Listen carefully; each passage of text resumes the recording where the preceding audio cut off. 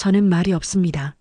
서울에서 가장 예약하기 힘든 한식, 다이닝 우이의 주방은 언제나 서늘한 고요함으로 가득 차 있습니다.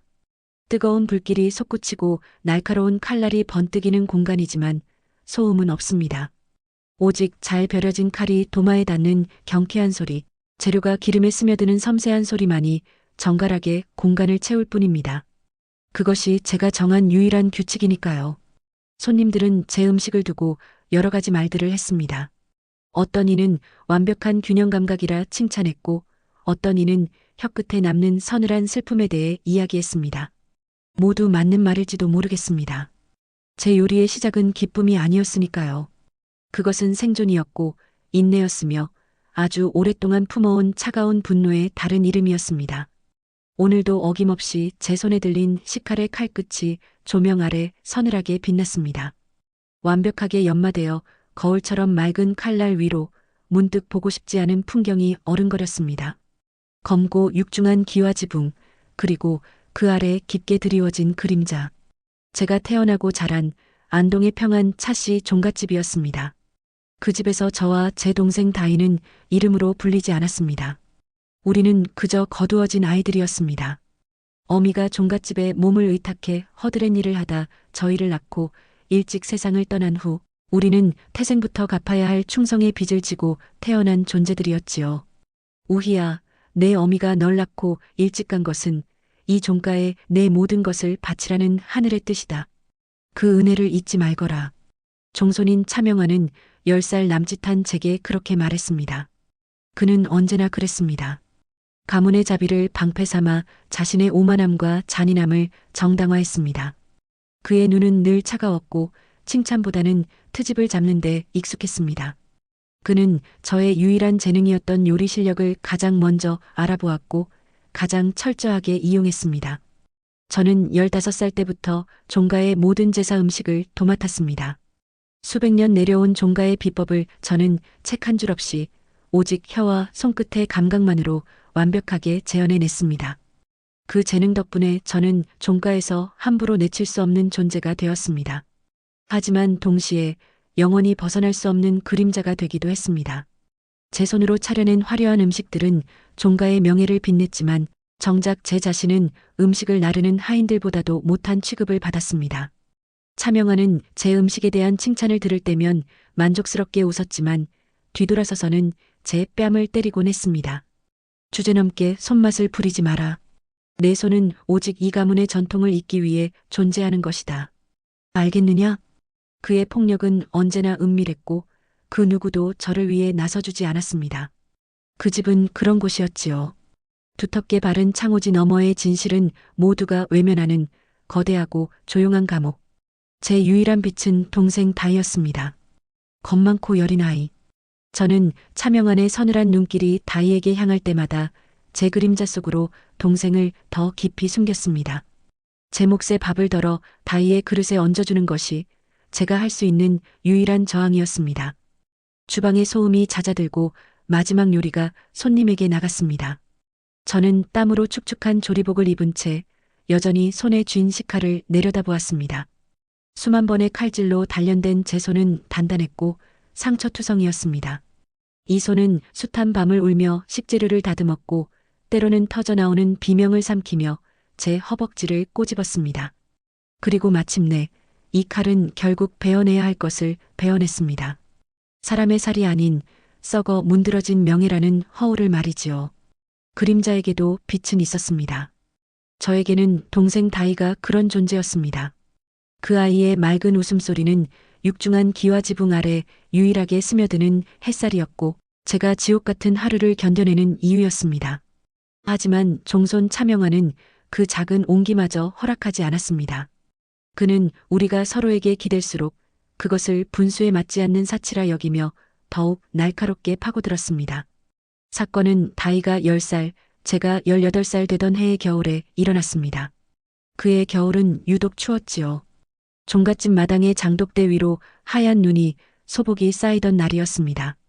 종부이신 큰어머니께서 귀한 손님들에게 내일 다과상을 준비하라 명하셨습니다. 저는 정성껏 곶감 쌈과 육가를 만들었고 다이는 곁에서 제가 시키는 대로 잣을 고르고 있었습니다. 언니, 잣이 다 떨어졌어. 다희의 말에 저는 창광으로 향했습니다. 무거운 잣독을 들고 부엌으로 돌아왔을 때 저는 얼어붙고 말았습니다. 차명환이 차가운 눈으로 다희를 내려다보고 있었습니다. 그의 발치에는 깨진 찻잔 조각과 흥건한 찬물이 흩어져 있었지요. 내년이 감히 할머니께서 아끼시는 찻잔을 깨뜨려? 아, 아닙니다. 도련님, 저는 그저 어디서 말대꾸냐? 차명환의 손이 가차없이 올라갔습니다. 저는 잣독을 내팽개치고 달려가 다희의 앞을 막아섰습니다. 그의 손바닥이 제 뺨을 후려치는 소리가 부엌 안에 날카롭게 울렸습니다.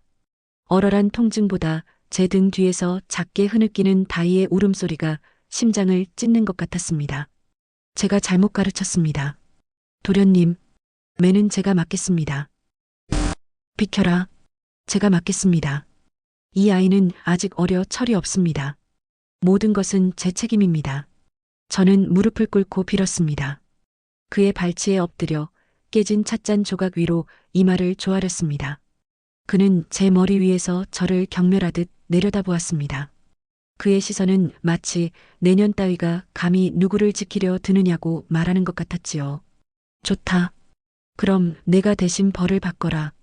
저 장독대 옆에 가서 내가 그만하라 할 때까지 무릎을 꿇고 있거라. 옷은 벗고 한겨울에 맨살로 눈밭 위에 무릎을 꿇으라는 것은 혹독한 형벌이었습니다. 하지만 저는 망설이지 않았습니다. 제가 겉옷을 벗으려 하자 다희가 울며 제 옷자락을 붙잡았습니다. 언니, 안 돼. 내가 잘못했어. 내가 벌 받을게. 아니야, 다희야. 언니 괜찮아. 넌 방에 들어가 있어. 어서. 저는 단호하게 동생을 밀어냈습니다. 하얀 눈밭 위에 무릎을 꿇는 순간 살을 애는 듯한 냉기가 뼛속까지 스며들었습니다. 그날 밤새도록 앓았습니다. 온몸이 불덩이 같았고 뼈마디가 시큰거렸습니다. 다희는 제 곁을 떠나지 않고 밤새 제 머리에 물수건을 갈아주며 울었습니다. 제 손을 꼭 잡은 아이의 작은 온기만이 제가 살아있음을 느끼게 했습니다. 그날 이후 저는 결심했습니다. 무슨 수를 써서라도 어떤 대가를 치르더라도 다희를 지켜내겠다고, 저처럼 이 집의 그림자로 살게 하지는 않겠다고 말입니다. 그 결심은 제 유일한 무기인 요리 실력을 더욱 날카롭게 갈고 닦으며 때를 기다리는 것으로 나타났습니다. 언젠가 이 지긋지긋한 굴레를 끊어낼 수 있는 날이 온다면 제 칼끝이 향해야 할 곳은 단 하나뿐이었습니다. 그것이 저와 다희가 함께 살 수 있는 유일한 길이었습니다. 시간은 속절없이 흘렀습니다. 동생 다희는 어느덧 20살이 되었고 종갓집의 낡은 한복 속에서도 그 아이의 풋풋한 아름다움은 숨겨지지 않았습니다. 저는 불안했습니다. 그 아름다움이 축복이 아닌 재앙이 될 것을 예감했기 때문이지요. 위기는 가문의 가장 신성한 행사인 불천이 제사를 한 달 앞두고 찾아왔습니다. 불천이 제사는 평안 차씨 가문의 자부심 그 자체였습니다. 어느 날 저녁 부엌으로 들어온 차명환이 다희에게 말했습니다. 다희야, 너도 이제 다 컸구나. 올해 불천이 제사가 끝나면 내게 큰 영광을 내릴 생각이다. 내 곁에 두겠다는 뜻이다. 이 집의 은혜를 갚을 기회를 주는 것이니 감사히 여기도록 해라. 그는 첩이라는 단어를 쓰지 않았습니다. 대신 영광과 은혜라는 말로 그 추악한 욕망을 포장했습니다. 다희의 얼굴이 새하얗게 질렸습니다. 저는 끓어오르는 분노를 억누르고 그의 앞에 무릎을 꿇었습니다. 도련님, 부디 거두어 주십시오. 이 아이는 아직 너무 어립니다. 제발 제 동생만은 건드리지 말아 주십시오. 이제 보니 내년이 아주 오만방자하구나. 감히 종손의 결정에 토를 달아? 내년은 그저 하던 대로 제사상이나 잘 차려낼 생각이나 하거라. 그것이 내년의 유일한 가치니. 그가 사라진 뒤 다희가 작게 흐느끼기 시작했습니다. 저는 동생을 품에 안았습니다. 제 가슴 속에서는 무언가 단단하게 굳어있던 것이 툭 하고 끊어지는 소리가 들렸습니다. 수능, 인내, 체념. 그 모든 감정의 끈이 끊어져 버렸습니다. 저는 해결 방법을 찾기 위해 애썼지만 도망칠 곳도 기댈 곳도 없었습니다. 마지막 희망으로 찾아뵌 증조할머니께서는 가문을 위한 희생은 당연한 도리라며 차갑게 저를 외면하셨습니다. 절망이었습니다. 가문이라는 거대한 재단 앞에 한 인간의 삶은 너무나 하찮은 재물이었습니다. 며칠 후 저는 넉나간 사람처럼 제사에 쓸 식재료 목록을 정리하고 있었습니다. 그때 목록의 한 구석에 적힌 글자가 눈에 들어왔습니다. 자연송이. 순간 제 머릿속에서 잊고 있던 기억 하나가 성광처럼 스쳐 지나갔습니다. 어렸을 적 약초를 캐던 할머니를 따라 산에 올랐던 기억이었습니다. 할머니는 제게 독버섯을 가르쳐 주시며 말씀하셨지요. 얘야, 세상에는 사람을 단번에 죽이는 독보다 평생을 수치 속에 살게 하는 독이 더 무서운 법이란다. 이 버섯처럼 말이다. 모양은 귀한 송이버섯과 비슷하지만 이걸 먹으면 뱃속의 것을 모조리 토해내고 며칠을 알아눕게 되지. 그것이었습니다. 제 머릿속에서 안개가 걷히는 기분이었습니다. 사람을 죽이지 않는다. 하지만 그들의 가장 신성한 날, 가장 존엄한 순간에 그들의 뱃속에 든 오만과 위선을 모두의 눈앞에서 토해내게 할 수는 있었습니다. 명예를 목숨보다 중시하는 그들에게 그것은 죽음보다 더한 수치일 터였습니다. 저는 손에 쥔 붓을 가만히 내려놓았습니다. 떨리던 손이 거짓말처럼 멎었습니다. 제 눈빛은 더 이상 절망으로 흔들리지 않았습니다.